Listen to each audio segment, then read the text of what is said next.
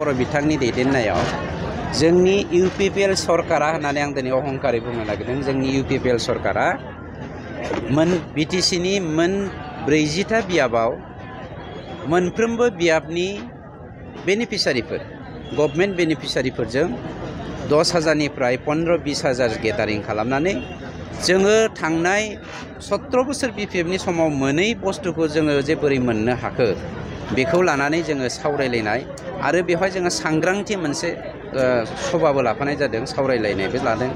सांग्रांथि जों बेखायनो लानाय जादों जे आरोबाव जोंनि समाजावहाय बर' अना बर' सोरबाया राजखान्थि खालामनो नागिरदों, आरोबाव जोंनि समाजखौ जोंनि बर' हारिखौ बोखावफ्लेनानै सोरखौबा बाथौ, सोरखौबा ब्रह्म, सोरखौबा बोलि बाथौ, सोरखौबा बिबार बाथौ, ब्रह्मनि गेजेरावनो मोननै, ख्रिस्टियाननि गेजेरावहाय केथलिक, बेप्टिस्ट, एनएलसि, सिएनआइ माबा माबि बोखावफ्लेनानै बर'खौ लेथेर फेथेर खालामनो नागिरनायनिफ्राय जेन जोंनि हारिखौ रैखाथि होनायजों लोगोसे गुबुन गुबुन जाति जनगोष्ठीजों खौसे जानानै जोङो समाजखौ माबोरै दानो हागोन बेनिनो मोनसे एवारनेस प्रग्रामखौबो socio' economics awareness program and also' the beneficiary मिटिंखौ जों लानाय जादों।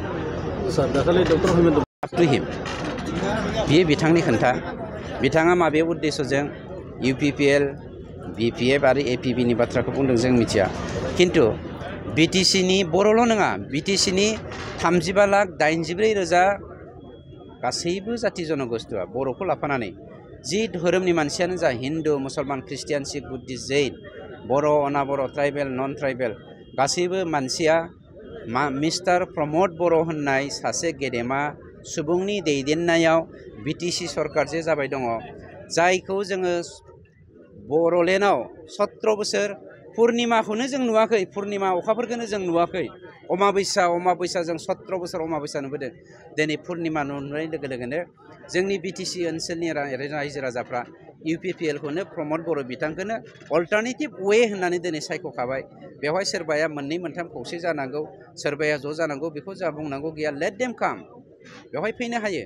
मानोना जोङो देरहासार जानो हादों, जोङो गणतन्त्रखौ गायसननानै देरहासार जानो हादों, जोङो दिनै सान्तिखौ गायसननानै।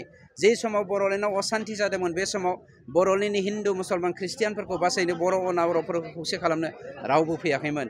दिनै मानब गेदेर प्रमद बर' बिथाङा बेखौ गायसननायजों लोगोसे जोंनि गुबुन गुबुन राजनिति दोलोआ रिजनेलानो जा नेसनेलानो जा फैनानै दिनै बिटिसिआव राजखान्थि गेलेनो फैनो नागिरदों। लेट देम काम, वी वेलकाम देम। बेवहाय जोंहा बुंनांगौ जेबो गैया। नाथाय अल्टारनेटिभ वेआ बेनो, आउट अफ 40-40थानि गेजेराव जोङो 32 देरहागोन। 8 थाखौ जोंसो गोसोबायदि नोंथांखौ देरहाहोनांगौ ना बिथांखौ देरहाहोनांगौ ना सोरखौ देरहाहोनांगौ, इट डिपेन्ड्स अन आस अनलि।